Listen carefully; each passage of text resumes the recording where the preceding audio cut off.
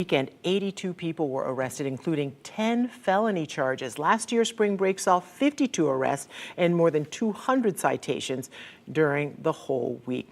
And the thing is, these kids are young. They don't understand the ramifications of having a felony on their record right now. But when they go later on and try to apply for a job or anything, that's when it hits them. And it's totally not worth it. Right. You definitely don't want to make a decision that's going to stick with you for the rest of your life for something you did at spring break. Just take the memories, the fun memories with you, nothing else. Osceola County leaders are pushing for the statewide hands-free driving law, which would ban handheld phone use behind the wheel. County commissioners say tougher laws are needed as distracted driving crashes rise in the county. The bill is sponsored by Senator Aaron Grahl and has bipartisan support. One Osceola County neighbor is applauding the move. Right now, the bill is moving through the Senate. If passed, it would take effect July 1st. Yeah, that is a big deal here. We see it all the time. And, you know, we talk about it because our own Matt Austin was involved in a terrible crash, someone who was distracted on the phone, and they admitted as much. So he pushed for change. But now I think people have forgotten that this is the law in the state, but it has to have some teeth to it if people are just getting tickets and citations, but nothing else happens. If it hasn't happened to you personally, sometimes you can forget about it. Yeah. But it's something we definitely need to take a closer look at. All right, let's take a look at what's trending right now. Boki, the brown bear, is making a remarkable recovery. Have you heard about this? He's the first brown bear to have brain surgery. The 3-year-old's seizures last year inspired surgeons to operate to remove the fluid from his brain. Doctors say his brave battle has paid off. He's now symptom-free and is trying to get back to bear weight. Oh my gosh, what a patient. I didn't write that. The first bear to have brain surgery. That's pretty I know, cool, that's amazing. About that. And boxing is set to be on the program for the 2028 Olympics in Los Angeles after years of disputes over how the sport is run. The International Olympic Committee says a full session of 100 members needs to sign off on the decision, but that's usually a formality. World Boxing is expected to work on reviewing and updating rules on female eligibility that need to be in place before Olympic qualifying events start, likely next year. It'll be here before we know it. Yeah. Well, a Virginia woman gave birth to her first child just one day after her sister delivered her fourth kid, both at the same hospital. Now, these sisters found out they were pregnant the same week, shared the same doctor, and surprisingly sharing the experience at the same hospital at the same time. The sisters are 2 of 9 siblings. So they've already shared a lot in their lives. If you're I'm one of 15, so I know about sharing, but you would never think that you would share that experience with your sister. And those are going to be some close cousins for sure. For sure. Well, let's take a look at what's trending right now on Central Florida's #1 news website, clickorlando.com. Publix is known for having interesting features, but one location at Town Center along Darrell Carter Parkway features a cemetery sitting in the parking lot. The small plot, over 500 square feet, hosts the remains of 2 Union soldiers from the American Civil War. Yeah, the cemetery was set up in the 1920s, but the plot's owners have been involved with it since the 1970s. ClickOrlando.com explains who was buried there and the history of the cemetery, something you would not expect to see at a Publix. They have a lot of things, but I didn't expect that. You know, you can get a lot from Clicko. I never knew that was the deal. Yeah, that's crazy. Here are some of the other stories trending right now on clickorlando.com. Well, the French side of the Harry Potter universe, Viking vibes from How to Train Your Dragon, and everything Nintendo. The online team at clickorlando.com getting excited for the merch that's coming to Universal's Epic Universe. And Consumer Affairs says New Mexico has the worst roads in the whole United States. Clickorlando.com lists where Florida stacks up and what drives the rankings. I can think of some pretty bad roads here, but I'm thinking traffic. Not just potholes, and just that probably I-4. Well, pizza delivery drivers deal with all kinds of hazards. Yeah, but that takes on a whole new meaning in the Sunshine State. Instead of a grumpy customer, you might stumble across an alligator. Body cam video hints at what a police officer went through to deliver a pie. But first, could Butch Wilmore and Sonny Williams' extended stay in space finally be coming to an end? Oof. We look at the timeline and when they could return to Earth next week. You're watching News 6 at 6:30 live on News 6 Plus. We're getting results in Winter Springs, Ocala, and all of Central Florida. We'll be right back. Brought to you by your local Toyota dealers. Toyota, let's go places.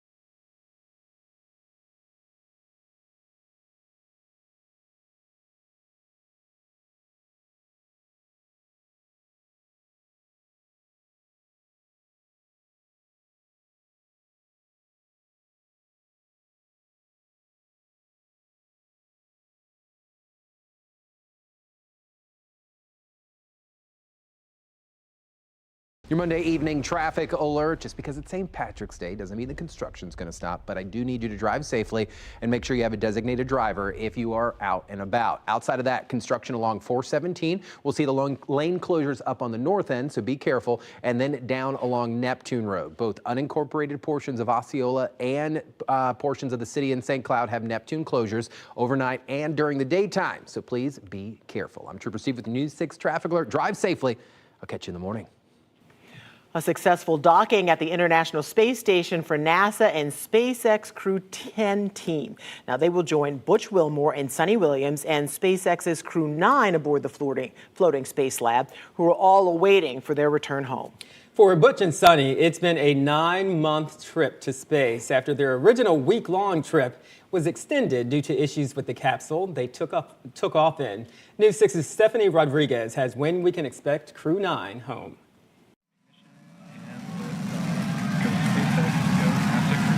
28 hours after lifting off, the SpaceX Crew capsule arrived at the International Space Station on Sunday. News 6 met many people watching from the Space Coast as the 4-person crew made its way out of Earth's atmosphere. How would you describe the sonic boom?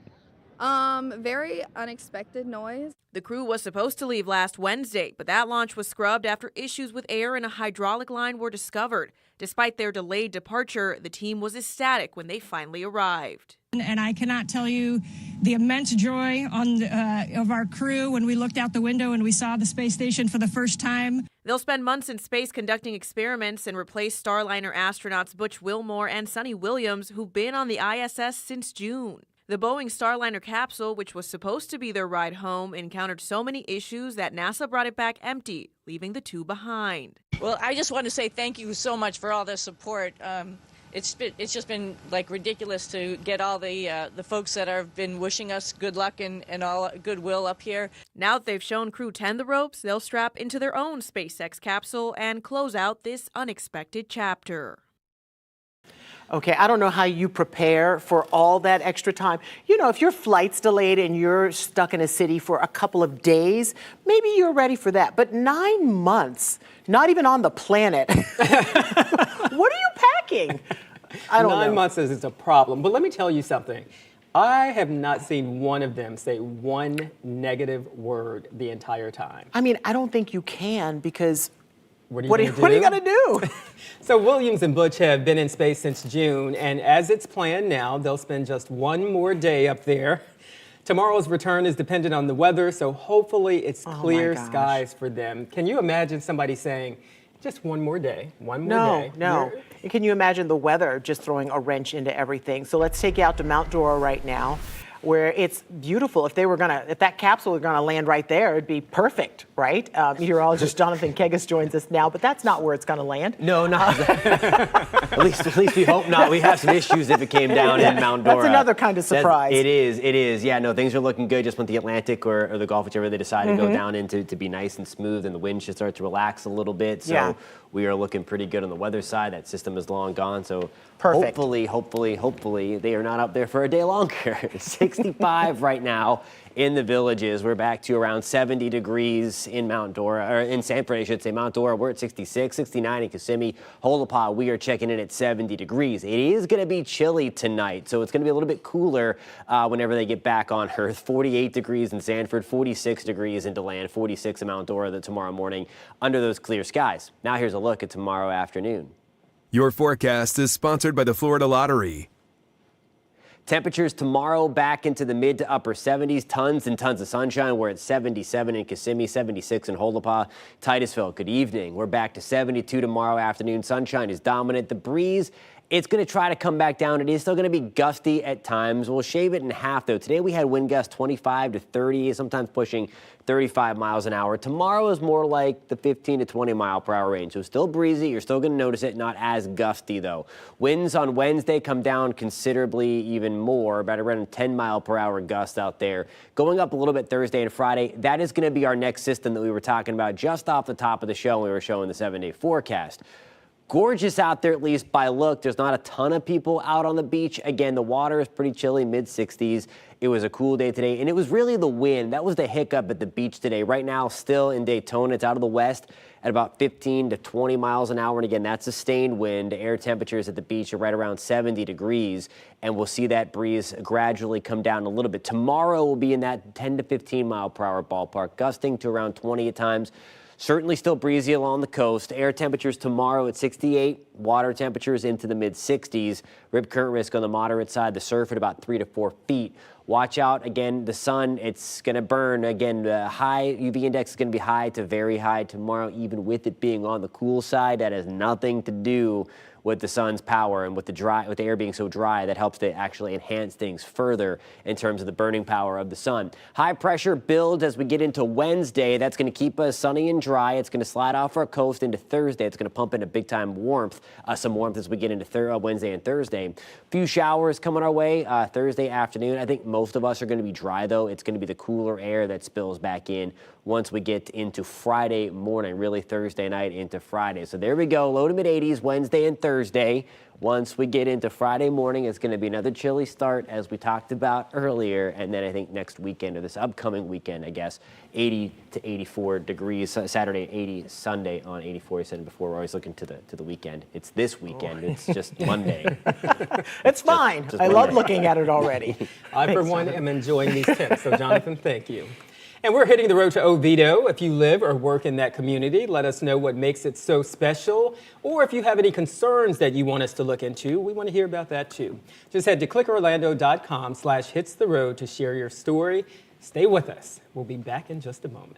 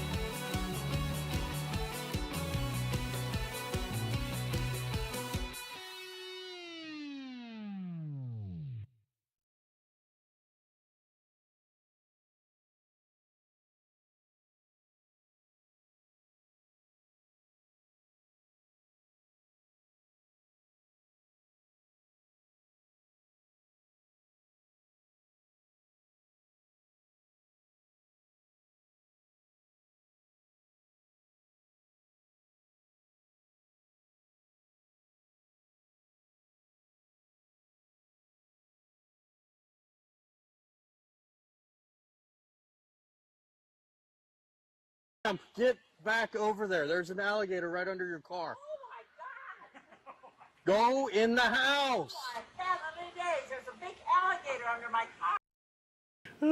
That would have been my reaction too. Exactly. So that's Officer Tolson of the Bradenton Police Department helping to deliver a pizza after an 8-foot alligator started to hide underneath the car. Yeah, so he warned a female delivery driver to use caution when dropping off pizza due to an alligator hiding under that car. That driver got spooked, which prompted the officer to step in and deliver the pie to the back door. I'll take it, sir. Yeah, how much was it, sir? I have no idea. I'm not the pizza man. Oh, well, you're the policeman. Yes, I'm a policeman. Oh, Not a that's pizza what man. they You called got it? you? Yeah, they called us about the alligator. Are you expecting change from her? Did she deliver? No, I'm not. They said it was 32 something. Okay, I'll give this to her so she can leave, She's okay? the one that delivered? Yeah. And when was the alligator there? It just got there. Oh, I'd like to take a picture of it. Well, and I wouldn't take it from where you were. Marge, you're in danger. She didn't even know it. She's got a pie and she's like, I want to see the gator. Floridian right there. Right? Yeah, she's hardened. She doesn't even care. It's like, I Nope. want to see it. That's insane. The driver got spooked. I guess she did. That driver was like, I am not Bye. delivering I don't this. even need the money. I'll just pay for it myself. Okay. Well, That's was, awesome. I know, it really was. It's totally a Florida story. Well, it was a busy day for the pinch police. If you're not wearing green, happy St. Patrick's Day. People don't pinch anymore, right? I feel like you'll get sued. You know, Oh, yeah. I it is would a sue. holiday rooted in the patron saint of Ireland, but is iconic for shamrocks, parades, and festive drinking around the globe. St. Patrick was a missionary who converted the Irish people to Christianity. The first St. Patrick's Day in the U.S. was celebrated in Boston in 1737, but the first parade was held in St. Augustine in 1601. In 2023, the population of Ireland was 5.3 million, but over 31 million Americans claim Irish ancestry, according to the U.S. Census. All right, I like how we have the information about the parade and when they started celebrating, but when did the drinking start? Does anyone know? Probably like 1 BC. Probably. Oh, They had beer is- then as well. All right. When was it invented? I had to go back in the history books and find that out. It's ancient. Thank you so much for watching News 6 at 6:30. Stream News 6 online anytime on our News 6 Plus Smart TV app. And remember, we break news on clickorlando.com. See you tonight at 11. Have a good night.